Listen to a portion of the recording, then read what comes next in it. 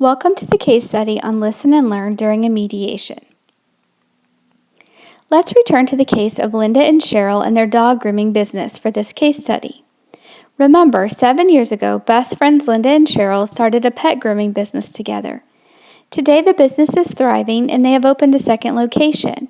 In the meantime, however, Cheryl's mother has become ill and Cheryl must move out of state to care for her. At this time, Linda cannot afford to buy out Cheryl's interest in the business, but doesn't think it is fair for Cheryl to continue to share equally in the profits if she is not on hand to help with daily tasks. Let's assume that Cheryl and Linda have agreed to mediation. Linda begins by making the statement, "Cheryl wants to leave all the work of the business for me to do. I hardly get a break as it is now, and now she wants me to do her work too." Imagine you are the mediator in this situation.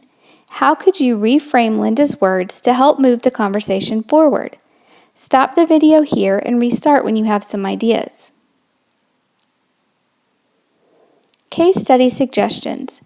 One way that a mediator could reframe Linda's words would be to say, "You are working hard and need a break sometimes, but you believe Cheryl's leaving might make that impossible."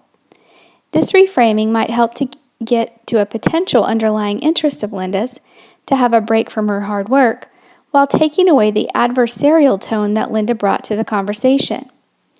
One of the most helpful ways for mediators to impact conflict resolution is to listen carefully to what both parties are saying to try to identify any unspoken interests. Bringing these interests out by reframing the parties' statements to move the conversation forward can be helpful.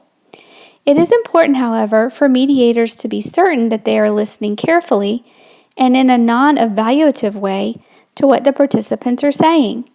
Reframing issues in a way that fits what the mediator thinks are the interests is not helpful if the mediator's assessment is incorrect.